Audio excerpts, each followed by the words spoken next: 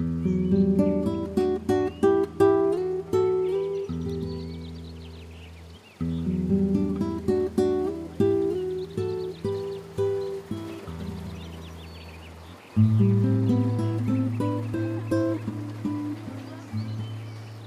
France, la moitié des exploitants agricoles a plus de 50 ans.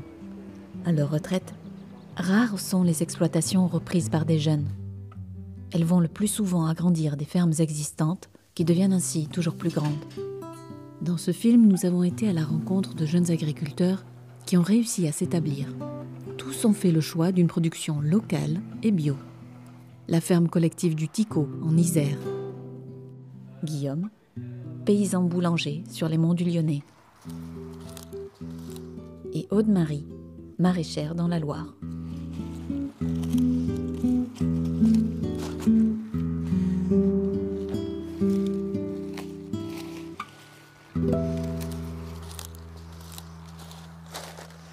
En 2000, j'ai fini un BTS en fait agricole avec la spécialité bovin-lait. Et en fait, à l'issue de ce BTS, je voulais m'installer en apiculture, mais j'avais pas de foncier. Donc je me suis mis à rechercher du foncier tout en travaillant. Et puis quand j'ai fait le CFPP à Nyons, au cours de cette formation, j'ai travaillé chez un maraîcher. Et donc là, je me suis dit que c'était du maraîchage que j'aimerais faire. Et après, bah voilà, ça a été un long parcours pour pouvoir trouver du foncier. Et puis 1000 aléas de la vie qui ont fait que j'étais un peu à droite à gauche. J'ai travaillé dans des magasins bio, saisonnière agricole. J'ai travaillé sur des foires pour des huiles essentielles. J'ai fait de l'usine, j'ai refait de la saison agricole, un peu du bric-à-broc. Je les ai déjà bien ramassés lundi, parce que comme personne n'a de tomates cette année, et ben, j'ai les petits pépés du village qui d'habitude n'en prennent pas. Ils sont venus en chercher. En fait, en 2012, j'ai rencontré une association qui s'appelle Vivre Bio en Rouennais. Et eux, en fait, avaient fait le constat d'un manque d'offres de légumes sur la petite région du Rouennais. Et donc, ils cherchaient auprès des collectivités du foncier pour installer des maraîchers. Ils avaient trouvé des terres là, sur la commune de Neulise où je suis installée aujourd'hui. C'était un projet qui était un petit peu long à mener parce qu'en fait il n'y avait vraiment rien. Il a fallu monter un bâtiment et voilà. En fait, véritablement mis en culture, il y a 1 hectare, mais vraiment qui produit, il y a 7000 m², avec 1000 m² de serre.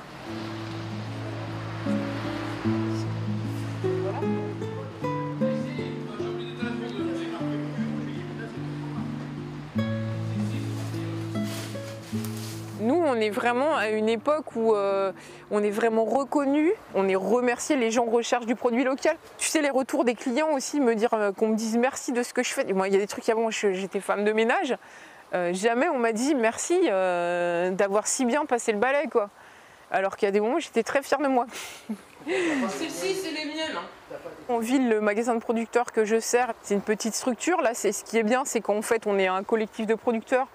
Donc c'est intéressant pour les gens de venir et faire un vrai petit marché. Pas que les gens aient à faire des kilomètres à travers la campagne pour avoir des bons produits.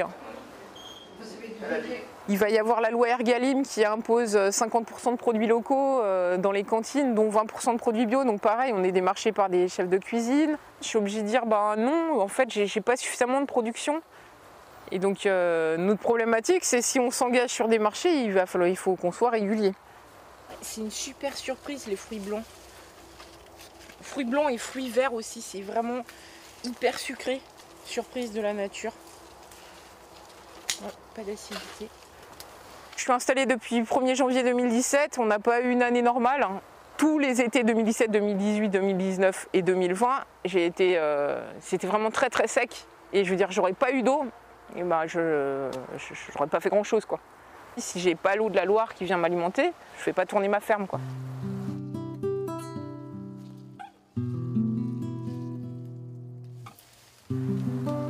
Mon idée de départ, c'était de travailler selon les préceptes du maraîchage sur sol vivant, donc avec pas de travail du sol et des couverts végétaux. J'ai des terres très calcaires et très hydromorphes où ça s'est pas du tout prêté et du coup j'ai eu des déboires. Je m'étais beaucoup abreuvée de vidéos et j'avais l'impression de tout savoir. Et finalement sur le terrain, ça avait rien c'était totalement différent. Donc je me suis bien cassé les dents la première année, la deuxième et la troisième.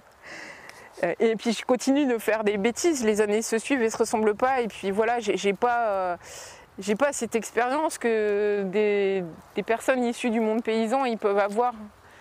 Donc j'apprends tout sur le tas. En fait, c'est ça qui est bien aussi, c'est que si tu veux, du coup nous on est vierge de tout préceptes familiaux et donc tout est permis, mais du coup on a aussi l'impression que on va faire mieux quoi. Et j'allais réussir hyper facilement. J'allais jeter les graines et puis ça allait pousser dans mes 20 cm de paille. Ça m'a changé la vie de travailler mon sol. C'était plus simple de planter, du moins voilà, ça m'a simplifié les choses et puis je me suis rendu compte que les anciens et du moins ceux qui étaient déjà installés me disaient pas que des bêtises quoi. Il y a une façon traditionnelle de faire du maraîchage qui fonctionne, qui depuis des années les gens ils gagnent leur vie donc voilà, je revois vraiment ma copie. J'aimerais bien aller vers une agriculture où on est plus indépendant parce qu'aujourd'hui, même nous, petites fermes, même en bio, en fait, on est très dépendant de l'extérieur. J'ai trouvé du fumier que l'année dernière, du fumier d'ovin. Sinon, j'achète du bouchon de fumier. Donc si, t'es obligé. Et puis c'est vrai que nous, on pompe, hein, tu vois, on a des annuels, donc on a beaucoup d'exportations. Les légumes d'une année sur l'autre, on appauvrit nos sols, quoi. On demande beaucoup, hein, on en demande beaucoup.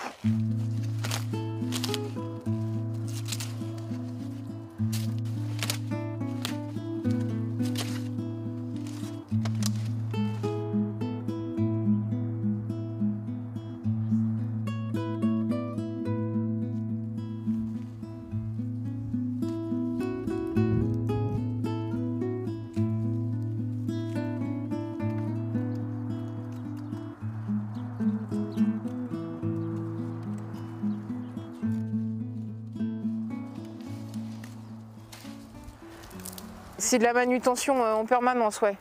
Tu portes énormément, donc c'est le dos. Tu vois, par exemple, j'ai jamais eu de lumbago. Ma deuxième année, j'ai eu un lumbago. C'est pareil, on fait tout dans la précipitation. Toi, moi, en étant tout seul, pareil, c'est tout dans la précipitation.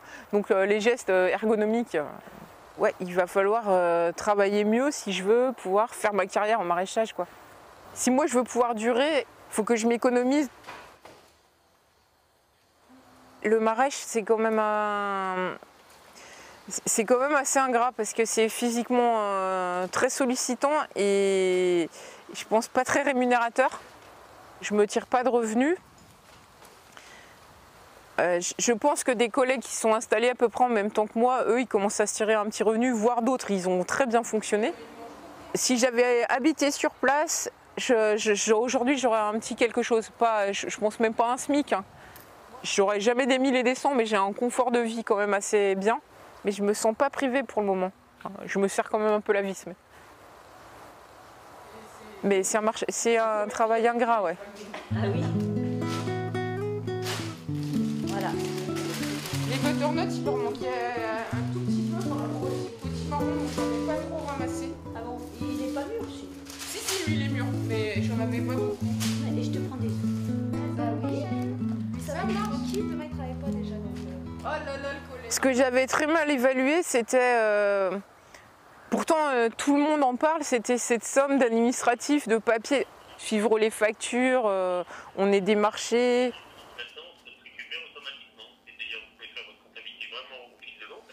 Génial. Il y a plein de choses, on pense qu'à la production, à la commercialisation, mais moi, des fois, je suis submergée par ma compta. Et puis, il faut être sur tous les fronts. Pareil, on est démarché aussi par des jeunes, par des personnes qui veulent s'installer. On est sollicité par les écoles. Moi, je pense que pour l'instant, je ne sais pas trop dire non. Du coup, mon schéma familial aussi, le fait que moi, j'ai 2 enfants et tout, qui fait que ma famille me demande beaucoup de temps. Donc, mes enfants sont petits. Ma priorité, ça reste mes enfants.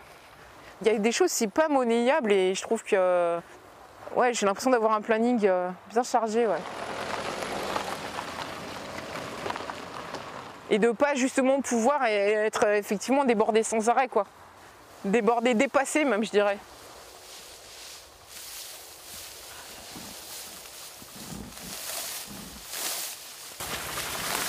Hop.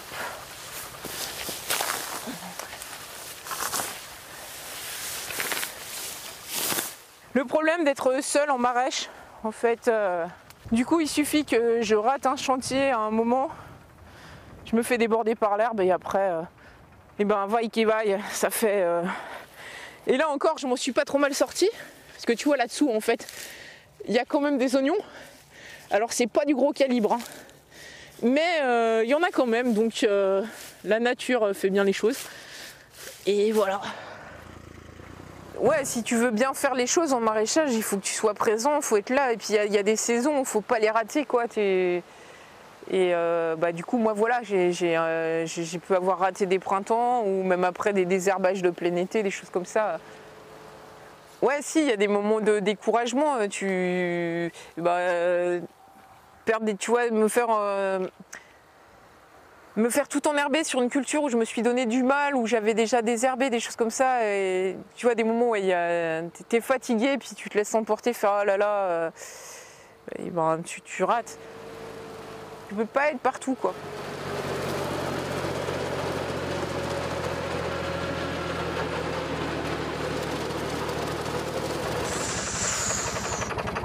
Ah, il y en a trop épais! Ça c'est en train de faire fumer ma machine! Il y a de la fatigue physique, tu vois, fin de saison, on est fracassé, j'ai mal partout, là, t'as mal partout, t'es fatigué, t'as du stress. Les fins de saison, tu vois, à l'automne, on n'est pas brillant, quoi. Et seul, c'est pas possible. Seul, c'est pas possible. Fais avec l'autre côté, là. Ah, merci, mon Gilou. Ah, heureusement que tu es là pour m'apprendre. En maraîchage, ici, on essaye un peu de se donner un peu la main, quoi. Ici, on a un super réseau, on est vraiment, il y a une solidarité c'est bienveillant. Là, il est bloqué là-bas. Alors. C'est parce que je l'ai posé, mon Gilou, faut que je le relève. Et ben, Gilou, en fait, il est venu se présenter en disant que, voilà, il était là, il était prêt à rendre des services, qu'il avait quelques qualités de soudeur. Ben, une ou deux fois, il est venu, il m'a fait des soudures du feu de Zeus. Il m'a briefé sur des choses, on s'est bien entendu. Et maintenant, je ne peux plus m'en passer. Et c'est vrai qu'on est plusieurs petits producteurs à s'être installés ces dernières années. Et Gilles, en fait, son souhait, c'est que justement, il y ait une agriculture. Lui, il est originaire de l'Aveyron. Du coup, il se rappelle de l'époque où, en fait, c'était des petites fermes, où les gens étaient solidaires les uns des autres. Et ben, il a envie de nous donner ce goût de repartir dans ce sens-là, quoi. Merci mon Gilou, putain, j'ai cru que j'avais vraiment fait de la merde.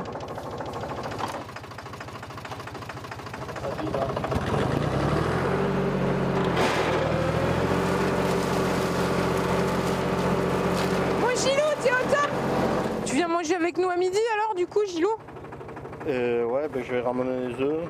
T'as du pain? Non. Maintenant, je ramènerai du pain et puis des œufs. Moi, je me sens hyper entourée, quoi. Il y a plein d'amis qui passent, cette ferme, c'était vraiment, tu sais, tu vois, j'avais vraiment remarqué que je voulais que ce soit un endroit de partage et c'est exactement ce qui se passe.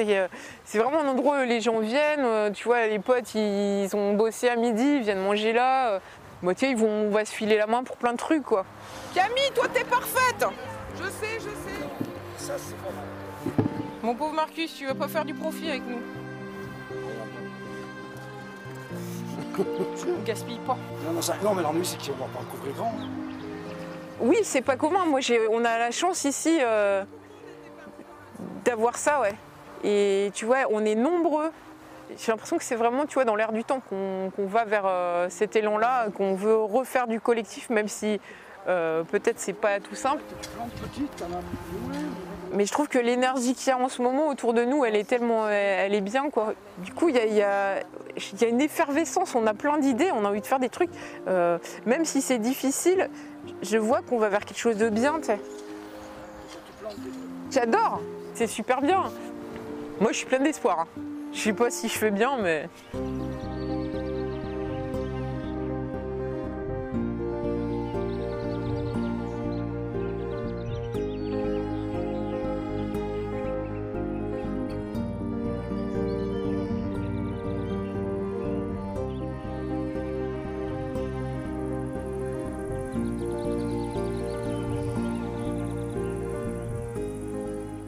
je suis installé comme paysan boulanger là, dans les monts du Lyonnais. La moisson, c'est toujours un moment un peu particulier. C'est toujours un moment un peu à la fois excitant, un peu stressant de voir la moissonneuse, de se demander à quoi va ressembler le blé. J'ai fait mes premiers semis en 2015 et depuis tous les ans, j'ai un truc qui avant était une catastrophe climatique et qui maintenant est juste un symptôme parmi tant d'autres. J'ai commencé par la grêle, les sécheresses, les gels de printemps et les canicules à répétition. Et puis là, cette année, ben ouais, en un mois et demi, on prend la pluviométrie de l'année. Et au moment des moissons, les pois chiches, ça a été la cata tout le long. Puis finalement, ben, c'est tout pourri, quoi. Les lentilles, ben, c'est pareil. Donc si on sort du joli blé, ce sera bien. On croise les doigts pour que ce ne soit pas germé. Parce que si on a du blé germé, c'est l'enfer pour faire le pain derrière. Les années se suivent, ne se ressemblent pas et il n'y en a pas une seule de sereine jusque-là. Voilà. C'est un drôle de métier. J'essaie de m'appuyer sur les références des anciens, mais elles n'existent plus bien.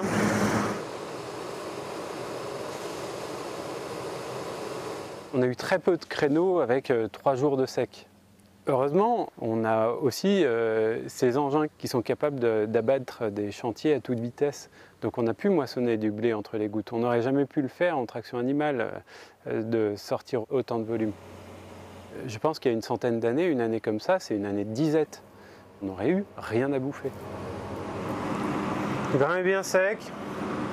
C'est un peu sale parce que forcément beaucoup d'herbe qui est montée dedans avec toute la pluie. Mais ça va bien strier, ça, c'est pas un problème. La base, c'est vraiment de cultiver du blé pour le pain. Donc moi, je travaille un mélange de blé qui sont issus de semences paysannes, des semences de blé ancien. J'en mets tous les ans entre 5 et 7 hectares de ce blé-là, avec un objectif de rendement à 35 à 40 quintaux.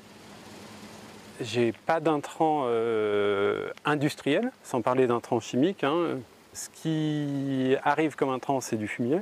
Et après, non, c'est la rotation. Je mets pas que de la céréale tous les ans, ça ne peut pas marcher, pas dans mon système, pas en bio. Donc il faut de la légumineuse, il faut une crucifère de temps en temps. Et puis il faut repasser par la prairie aussi régulièrement.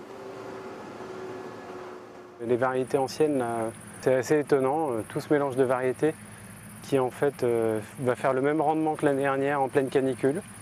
C'est assez résilient, c'est assez rassurant à voir. Il doit y avoir 6 tonnes là.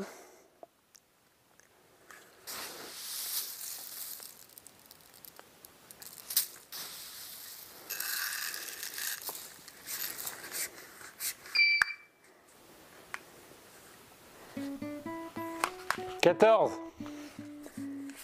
C'est parfait. On va boire des bières. Et dormir un peu plus tranquille. J'ai compris il n'y a pas si longtemps que mon métier, c'était ça. C'était pas de faire pousser des céréales, de faire de la farine, de faire du pain. C'était de faire en sorte que ça soit possible. Et de faire en sorte que ça marche et que les choses s'articulent correctement. Ah, sacré année. C'est plein d'aléas, c'est faire en sorte qu'on puisse gérer l'aléa. C'est des choses que j'apprends hein, tous les jours. Qu'est-ce qui dans mon métier est important, qu'est-ce qui dans mon métier est urgent. Ouais, ça génère du stress. On est effectivement très loin de la préoccupation que j'ai pu connaître moi en tant que salarié. C'est beaucoup d'incertitudes. Si je ne sors pas de blé, ben, en fait, économiquement, ça va être très compliqué. Si j'ai pas de blé, j'ai pas de pain. Quand on passe au triage et au stockage, quand ça sort du trieur et que ça monte dans le silo, ouais, c'est un moment que j'aime bien. C'est un peu comme quand on sort le pain du four.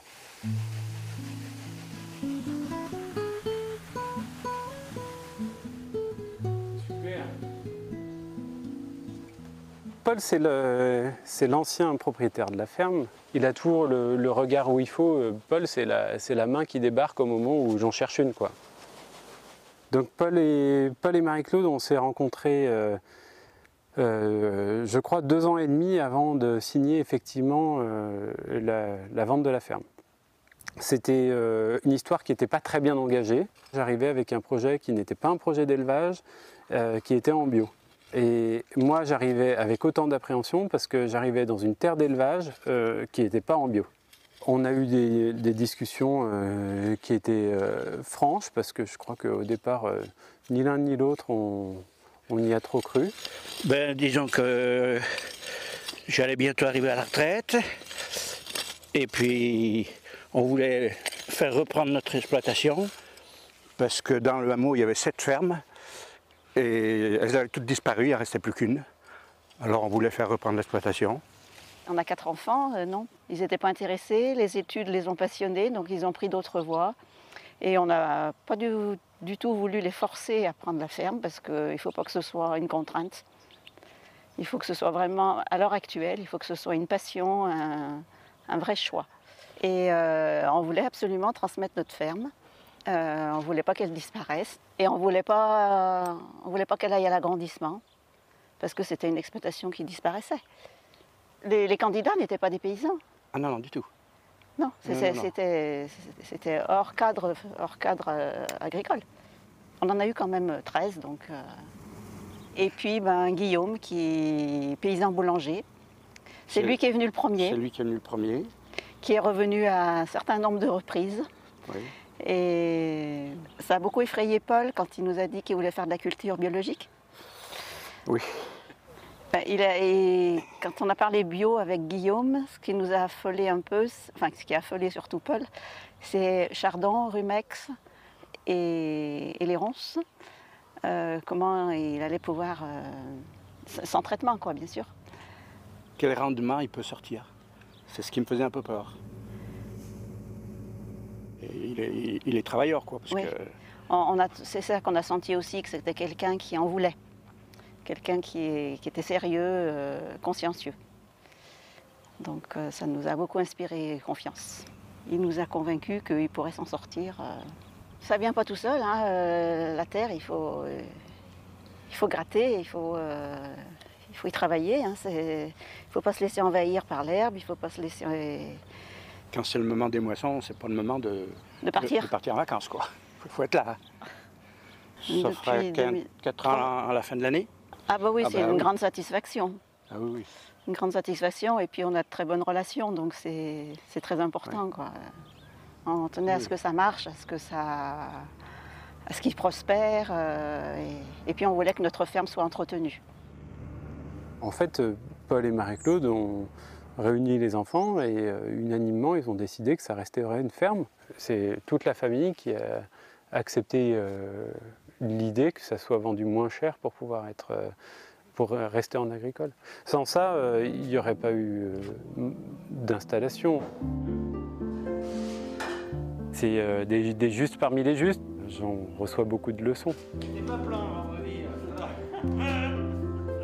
C'est mon petit frère qui était boulanger, qui s'est formé chez les Compagnons du Devoir. Donc l'idée de faire le pain à mon tour, ça a été parce qu'il y avait mon frère, parce que effectivement faire du pain m'a plu, et puis parce qu'il a accepté de me former. Il m'avait dit je t'accompagnerai au début, et puis au bout de 2 fournées, moi j'étais paniqué en lui disant comment je fais, enfin, je ne peux pas me passer de ton aide. Et lui il m'a dit tu sais, je vais t'aider pendant 1 an en fait, on ne devient pas boulanger en 2 jours.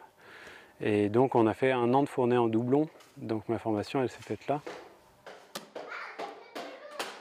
Tout le pain qui sort d'ici est produit à base de céréales produites sur la ferme, et exclusivement. Je ne ferai pas du pain sans faire les céréales ni la farine.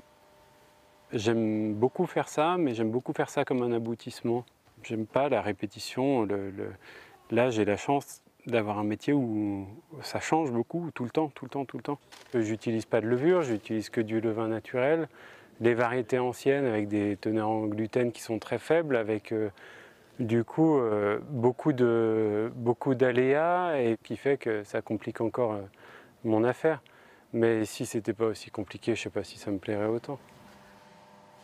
J'aime beaucoup travailler le pain en me rappelant de la manière dont on poussait les céréales. Mon plaisir, il est vraiment là. Quand on a sélectionné une semence et puis qu'à un moment donné, on regarde derrière la vitre du four le pain qui se lève, c'est vraiment chouette. Et puis après, la construction de mon fournil, ça a été un long travail de déconstruction des différents dogmes et croyances que j'avais pu cumuler, notamment sur la question du four. Parce que j'avais en tête de travailler absolument au four à bois. Donc j'ai passé 4 ans à chercher le four à bois parfait avant de me rendre compte que dans mon système, écologiquement, ça ne marchait pas. Je ne suis pas producteur de bois. Donc petit à petit, j'ai déconstruit mes a priori et avant de me tourner vers le four électrique, ce four-là, il a la particularité qui est en fait très classique dans un four de boulangerie, d'avoir des étages complètement indépendants.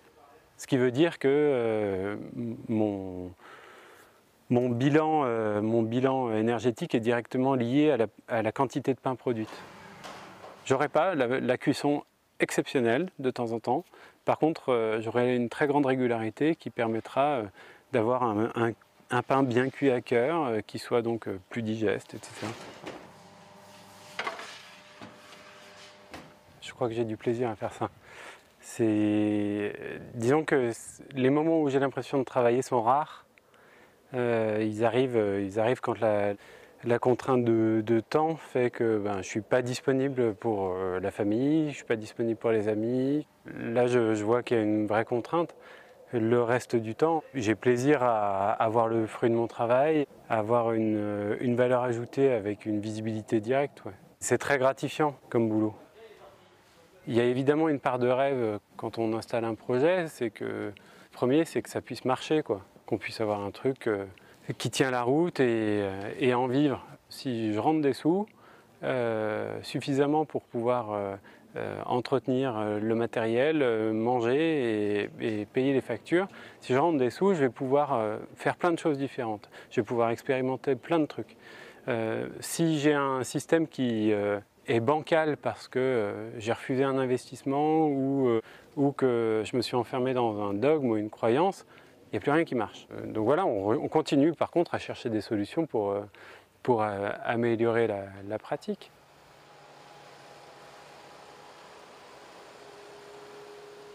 On a effectivement des problématiques de gestion de mauvaises herbes. Ça, c'est vraiment la difficulté numéro 1. Elle peut être très envahissante, très ennuyante, très préjudiciable sur les rendements, mais elle peut aussi être pas si grave que ça. On n'a quasiment pas d'outils, c'est-à-dire que j'ai broyé, on va repasser par un labour, et puis on va réimplanter une prairie avec beaucoup de luzerne dedans pour essayer de concurrencer un peu à la flotte. Et puis on va entretenir par la fauche et le broyage le plus régulièrement possible. Mais si je veux être efficace, il faut que je la laisse quelques années, cette prairie-là. Ça veut dire que c'est une parcelle qui d'office va sortir de mon capital céréal. Et ça c'est un vrai problème. Ouais. On ne fait pas tout en 2 jours. C'est des parcelles que je viens de reprendre, qui ont été converties il y a peu de temps. Il y a forcément un temps de conversion. C'est pour ça que le besoin d'être soutenu financièrement dans une conversion bio, il est indispensable. Parce qu'en fait, si on ne l'a pas, on ne peut pas imaginer convertir des terrains. L'agriculture tout court, si elle n'est pas accompagnée, elle crève. Là, pour moi, c'est assez clair. Hein. On a donc un changement climatique qui pèse très lourd sur l'économie des fermes. Si on n'a pas un accompagnement politique fort, on ne fera rien. Donc des fermes à reprendre, il y en a plein. Il y en a plein, mais si ce n'est pas accompagné par la collectivité de manière forte, ça va être très compliqué.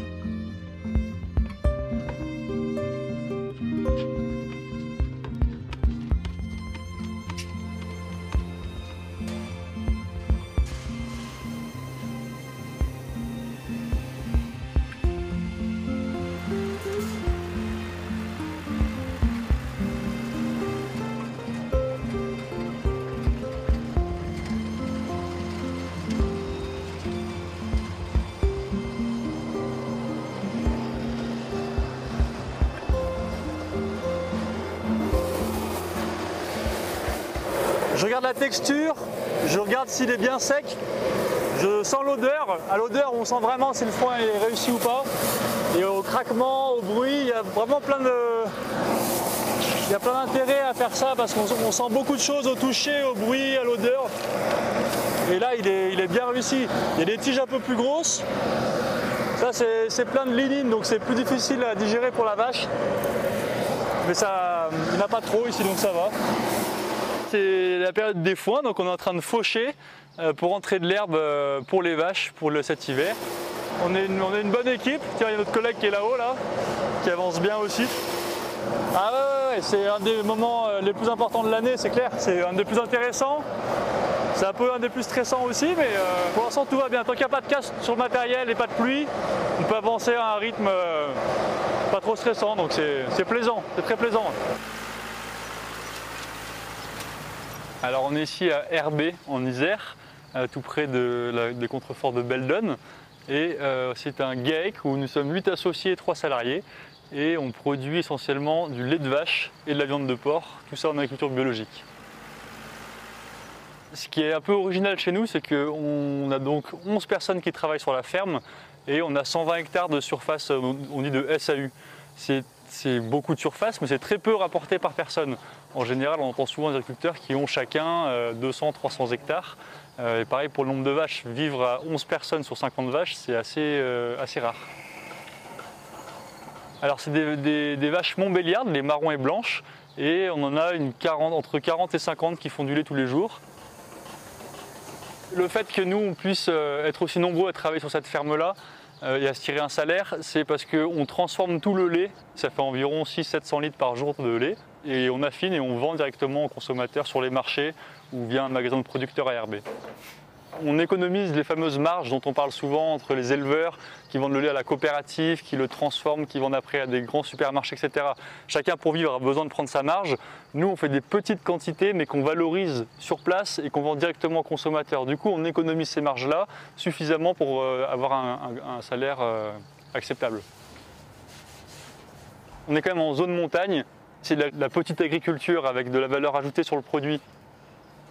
Ces 700 litres de lait, ils vont servir à faire une pâte pressée cuite qui ressemble au gruyère, qu'on appelle herbière. On fait du cendré de Beldon qui ressemble au morbier. On fait un type Saint-Nectaire. On fait de la tome de Beldon, un type Saint-Marcelin. On fait du yaourt, du fromage blanc. Voilà, on a une belle diversité, une belle gamme de production. Allez ma belle, on y va. Allez en route. Namibie avance. Comme je te dis, hein, la plupart elles sont pas stressées. Oh là, moi j'ai 2 parents agriculteurs, j'ai 4 grands-parents agriculteurs et je crois 8 arrière-grands-parents agriculteurs. Donc l'agriculture n'est pas nouvelle dans la famille. Après, l'élevage laitier, la transformation, pour le coup, c'est vraiment pas ce qui se pratiquait dans ma région. On était en agriculture conventionnelle traditionnellement dans la famille et là on est en bio. Donc ça change un petit peu la donne par rapport à ce qu'ont connu. Allez Namour, allez mes mères. C'était pas forcément ce qu'ils me souhaitaient entre guillemets. Encore moins en élevage laitier où il y a quand même beaucoup plus d'astreintes qu'en élevage allaitant. Après je pense qu'ils sont assez contents de ce que je fais et puis ils voient que mon métier me plaît et que les produits qu'on fabrique me plaisent. Et puis bon, j'ai quand même choisi un type d'agriculture différent de ce qu'ils ont connu eux.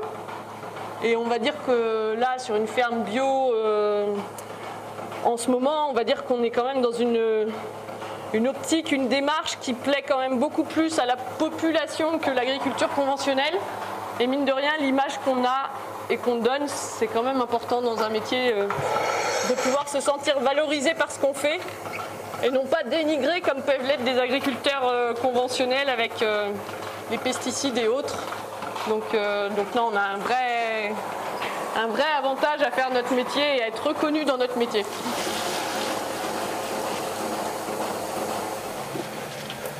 Bien petite. Vivre à 11 avec un troupeau de 45 vaches, c'est effectivement pas du tout la norme en France, où en temps normal c'est une personne pour 45 ou 50 vaches. Et c'est ça qui impressionne le plus quand on vient du milieu conventionnel, oui. Alors ça devrait pas être étonnant, ça devrait être normal d'avoir des vacances et de se rapprocher le plus possible de la vie de tout le monde, on va dire. Donc oui, ça peut paraître surprenant pour des agriculteurs en élevage laitier d'avoir des vacances et surtout d'avoir beaucoup de vacances parce qu'on a quand même 5 semaines de vacances chacun. En plus de ça, on a tous des enfants et je pense que pour nos enfants, c'est quand même vraiment bien de pouvoir avoir des temps avec leur papa et maman en dehors du quotidien.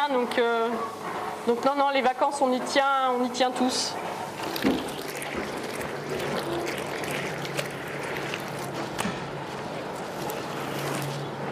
Et voilà. Je voulais travailler dans l'agriculture, mais je voulais pas avoir ces contraintes de travailler 365 jours par an. Et le GAEC, c'est la super solution pour faire un métier à la fois génial, un métier passion, et à la fois avoir une vie sociale, une vie familiale équilibrée. L'avantage justement d'être un groupe, d'être nombreux, c'est qu'on partage le travail et on a des horaires mensuels qui sont tout à fait acceptables. Typiquement, le week-end, on travaille en moyenne un week-end sur 2, ça peut être un week-end sur 3 des fois. Là, c'est les foins en ce moment, donc du coup, on a beaucoup d'heures de travail, mais en temps normal, on travaille entre 150 et 180 heures par mois à peu près. C'est pas des journées à rallonge, quoi. C'est ça qui est agréable. Les foins, pour bien comprendre, c'est de l'herbe qu'on fauche, donc qu'on coupe au printemps et à l'été, quand l'herbe est bien haute. On la stocke dans des bâtiments de manière à la restituer aux vaches pendant l'hiver. Parce que les vaches, l'hiver, ne vont pas pâturer dans les champs parce que l'herbe ne pousse pas suffisamment. Alors c'est une période de stress parce que les foins, il faut faucher, il faut couper l'herbe à un stade donné. Et le problème, c'est souvent la météo, c'est qu'on doit être absolument certain que quand on a fauché, il ne va pas pleuvoir sur l'herbe. S'il pleut sur l'herbe, c'est foutu.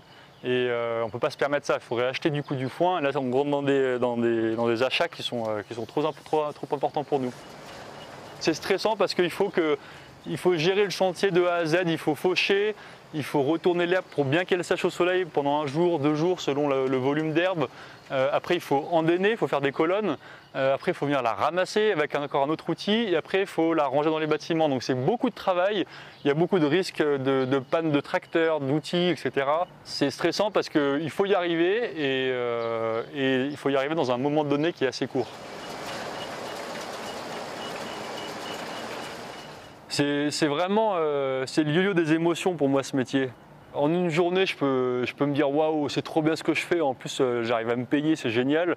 Et l'après-midi, me dire mais j'en peux plus, mais j'en ai marre, mais le matériel qui casse, et puis j'ai pas le temps. Et puis ce soir, il y a un truc de prévu, puis en fait, je serai pas à l'heure au rendez-vous parce qu'il faut que je m'occupe de ça. Enfin, et oui, des fois, c'est dur.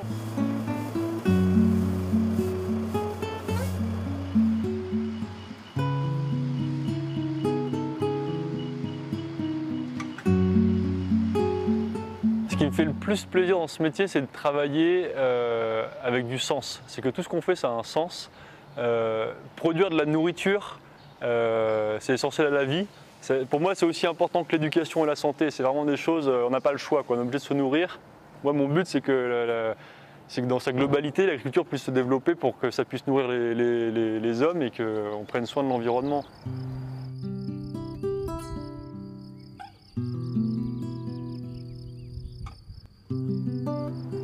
On est en autonomie sur le fourrage et les céréales. On produit suffisamment d'herbe pour nourrir nos vaches l'hiver. Les céréales, on produit notre orge et notre avoine, notre triticale et notre pois pour les porceler. La seule fumure qu'on met sur nos champs, c'est le fumier composté des vaches. Les céréales. Le petit lait, qui est normalement un polluant si on le rejette dans les canalisations. Le petit lait qui était donc un déchet, on en fait une valeur ajoutée pour nourrir nos cochons.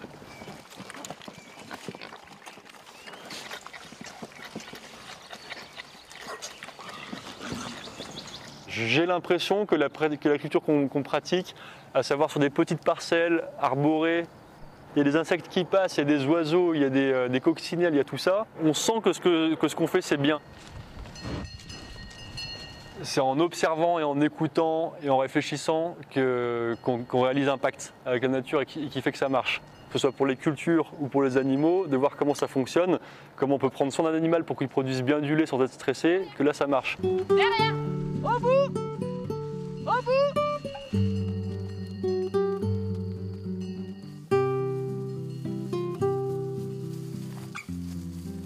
nouvelle pâture avec de l'herbe bien jeune, bien fraîche et pour elles c'est ce qu'il y a de meilleur. Donc elles sont bien contentes d'aller manger des sucreries en gros.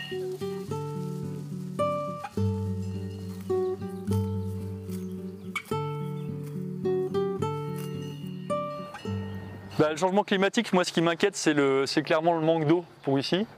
Il y a des grosses canicules, il y a des grosses sécheresses et du coup il y a beaucoup moins d'herbe dans les champs. Donc ça veut dire qu'il faut vraiment savoir être opportuniste pour qu'au final évidemment les vaches puissent avoir à manger toute l'année. Puis il y a des années où on s'inquiète plus parce qu'on sent que la sécheresse a déjà commencé à gratter du terrain et du coup on sent qu'on n'aura pas assez d'herbe pour finir l'année. C'est arrivé les 2 dernières années, on a dû acheter du fourrage. Ce qui m'inquiète c'est ça, c'est que si on va sur des années de plus en plus sèches, les rendements vont chuter complètement, quoi. Oui, c'est inquiétant. Il ne faut pas oublier que si on n'a plus de pétrole chez nous, il n'y a plus d'autonomie, il n'y a plus de ferme en fait. Hein. Ça tourne, ça repose là-dessus. C'est un peu triste, mais c'est comme ça. Je veux dire, même en ayant des vieux tracteurs, en faisant de la mécanique jusqu'au bout, en faisant attention à tout, en faisant du vrac sur les produits type yaourt et fromage qu'on vend, etc. En faisant attention à tout ça, on a quand même toujours recours au pétrole. Si on devait faire ça à la main, ce ne serait pas possible. C'est une ferme qui n'est pas du tout dimensionnée pour faire des choses à la main, alors que ça reste une petite ferme. Mais pour l'instant, on ne peut pas se passer du pétrole. Et ça, c'est une aiguille dans le pied que je ne vois pas comment on peut enlever. Donc un GIEC, c'est une structure où on est tous responsables. 8 associés, c'est comme 8 patrons. Donc il n'y a pas une personne qui préside et qui dit que c'est comme ça que ça va se passer, c'est les 8 qui doivent se mettre d'accord. Donc on imagine bien que des fois, ça prend du temps de se mettre d'accord. Du coup, on se parle, des fois on se bagarre, des fois on se réconcilie, on en rigole. Enfin, c'est la vie, quoi. C'est ça qui est intéressant, c'est ça qui fait qu'on n'est pas tout seul dans son tracteur, comme certains paysans qui, moi, du coup, ne me donnent pas envie. Philippe, c'est le responsable des cultures, c'est un des piliers du GIEC, hein. Il est là depuis 30 ans, il connaît la ferme par cœur, il a déjà commencé à me transmettre doucement des informations, des pratiques. Alors là, pour rabattre le capot, il faut faire gaffe parce que... Donc il y a Damien là, il aspire à prendre ma place. C'est du souci pour la transmission, mais moi je me fais pas de soucis parce que ça fait déjà plus de 10 ans qu'il est là déjà. L'expérience, elle se fait aussi avec le temps. Faut pas faire trop des grosses conneries, mais au début. Mais l'expérience, elle se fait avec le temps aussi. Je pouvais pas mettre plus derrière. Oui, derrière, oui. Ouais. Mais c'est que tu as avancé le tapis trop tôt. J'ai avancé trop tôt. Oui. Moi, j'ai du mal à savoir quand est-ce qu'il faut l'avancer. Tant que le fin, déjà, il touche pas les cordes en haut. Ouais, ça, d'accord. Ouais, mais c'est ce que j'ai fait, ça. Moi, j'ai vu quand ça commence. Moi, j'estime que la transmission, elle se fait un peu tout le temps. Et puis, la dernière année, quand je serai sûr que c'est ma dernière année par rapport à la retraite, peut-être que je serai là en doublon et c'est lui qui fera tout. Il ne va pas partir de rien, hein. Il aura déjà touché à tous les outils, il connaît tous les champs, il ne démarre pas dans une ferme à zéro. Il faut se lancer un moment, c'est tout. Moi je suis optimiste. Hein. Le monde agricole, il y a quand même des gens, par goût, par envie, ils ont envie de faire de l'agriculture, donc petit à petit ils s'intègrent au monde agricole. Et puis le monde agricole, comme il était trop fermé sur lui-même, il a aussi besoin de gens nouveaux. On va déjà essayer de redresser ça là. Ça ne s'apprend pas forcément que à l'école, ce métier de paysan. C'est très très large, il faut avoir un domaine de connaissances dans beaucoup de choses, quoi. Mais à la fois c'est très spécifique aussi, on peut être un super agronome spécialisé en microbiologie pour réussir à produire des céréales ou du fourrage en quantité et en qualité, mais à la fois c'est bien si on sait souder, parce qu'il faut réparer une machine et qu'on ne va pas faire venir un mécano pour faire une soudure à l'arc. Et puis il faut être bon aussi sur l'ordinateur pour faire les déclarations PAC et faire tout ce qui est le côté administratif qui est indispensable. Donc ça demande des connaissances dans beaucoup de domaines, c'est à la fois ça qui est génial, c'est que du coup c'est un peu le métier au sans métier, quoi. Il n'y a pas vraiment de routine, et ça c'est plutôt agréable aussi. Mais je pense qu'en effet quand on arrive dans le milieu agricole, ça fait beaucoup d'informations à comprendre, à retenir. C'est des habitudes qui sont dures à prendre, je trouve, quand on n'a pas vu nos parents faire ça ou quand on n'a pas été baigné là-dedans quand on était petit. Après, ça s'apprend très bien. Mais l'avantage justement de travailler à plusieurs, c'est qu'on peut échanger, on se trompe, on se le dit, on apprend, quoi. T'as pas mis le frein à main? Tu peux l'enlever.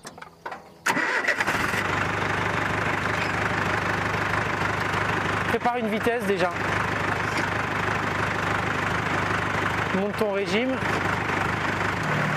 et bah tu peux avancer. Et tu surveilles bien que ta toupie, elle prenne toute l'herbe qui est à droite. Tu peux être un peu plus large, ça nous l'étale mieux. Tu vois, regarde, il y a une petite trace là, il y a des petits jours, c'est la pirouette qui t'en enlève en fait. Ça te donne un repère de temps en temps. Tu peux encore élargir si tu veux. Alors en fonction du soleil, tu vois moins bien des fois là où tu es déjà passé ou pas. Non, c'est pas évident. Tourne, tourne, tourne, tourne, tourne, tourne. Viens jusqu'au mur du virage. Il y avait un peu tout à regarder, tout à toucher tout le temps. C'est pas simple. C'est un tout d'être agriculteur et surtout en tant qu'éleveur. Et j'aimerais bien m'installer plus tard et le foin c'est la partie clé un peu de l'élevage. Si t'as pas de foin, t'as pas de lait derrière. Et c'est une partie très stressante que j'ai du mal un peu à imaginer le faire un jour toute seule. Je suis ouvrière agricole, du coup je touche à la fromagerie, je touche à la traite, je fais un peu de vente. Et après je suis arrivée avec quelques petites bases en fromagerie, mais dans l'élevage caprin, donc c'est quand même plus du lactique. Et là ils m'ont formée pour tout ce qui était pâte cuite, tome. Ils ont pris le temps de me montrer, de me former. Et même après 2 ans, on apprend encore un peu tous les jours. Il y a toute une expérience que tu acquiers au fil des années, juste au toucher, juste à l'œil, qu'au début, quand on arrive, on n'a pas vraiment. Ça m'a toujours plu et après, j'ai fait mes études en fonction. Je suis partie dans l'agricole direct après le bac. Je suis pas partie avant parce que c'est pas des filières qui sont très valorisées en France. Et du coup, quand on a des bonnes notes, on nous pousse plutôt à faire un bac général. Et malgré ça, après, c'était encore décidé dans ma tête. Donc je suis partie en BTS agricole, juste derrière mon bac. Non, pas du tout. Mes parents sont pas du tout dedans. Personne de ma famille n'est dedans, mais ça m'a toujours plu, ça m'a toujours attirée. D'être dans la nature, de travailler avec la nature, d'essayer de la comprendre, de faire avec, de nourrir le monde. Et après, j'ai toujours été attirée plutôt par l'élevage, pour le contact en plus avec l'animal, la fromagerie, ça c'est quelque chose aussi que j'adore. J'adore le côté transformer son propre produit, de revaloriser un peu son travail. Il y a un savoir-faire en plus. Et aujourd'hui, il y a le côté écologique en plus et de concilier l'écologie avec notre travail. S'installer de A à Z aujourd'hui, c'est un peu le parcours du combattant pour avoir l'accès au foncier, quand on n'a pas de foncier directement. C'est vrai que les expériences que j'ai pu avoir avant m'ont pas découragée, mais presque. J'ai plutôt vu des schémas de chevrière toute seule, où c'est du travail H24 tous les jours, un maigre revenu. Et la charge de boulot était impressionnante par rapport à ce qu'elle se tirait. Et là, c'est vraiment un exemple qui nous montre qu'avec le collectif, on peut déjà se tirer des jours de congé, on peut diminuer la charge de travail et de tout transformer soi-même, de tout valoriser en vente directe, on se tire tous un salaire. Et là, c'est un côté, ouais, ça nous montre qu'en fait, il y a d'autres schémas qui sont possibles et qui valorisent mieux le travail et le boulot qu'on fait derrière. Ouais.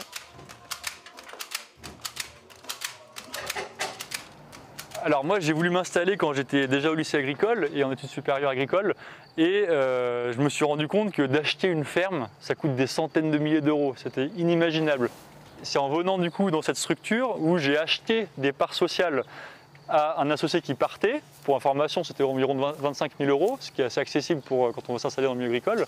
Et je lui ai fait un chèque et j'ai récupéré des parts sociales, je suis devenu propriétaire d'une petite partie de la ferme. Donc j'ai pu m'installer dans le milieu agricole. Et c'est une super solution, et du coup c'est accessible, c'est ça qui est génial. C'est que je me suis installé en élevage, en agriculture montagne avec 120 hectares pour 25 000 euros. C'est exceptionnel. Je pense qu'il y a de plus en plus de gens comme ça qui s'installent sur des petites structures à taille humaine, à plusieurs, donc ça va dans le bon sens. Après, politiquement, moi j'en ai marre quoi. Et l'agriculture bio, etc., c'est ça, et on laisse toute la place à l'agriculture conventionnelle. Ça va pas du tout assez vite politiquement. Et là, on espérait beaucoup des dernières directives et en fait, c'est une catastrophe, quoi. Donc, il faut pas compter sur la politique pour faire changer les choses, en tout cas pas pour l'instant.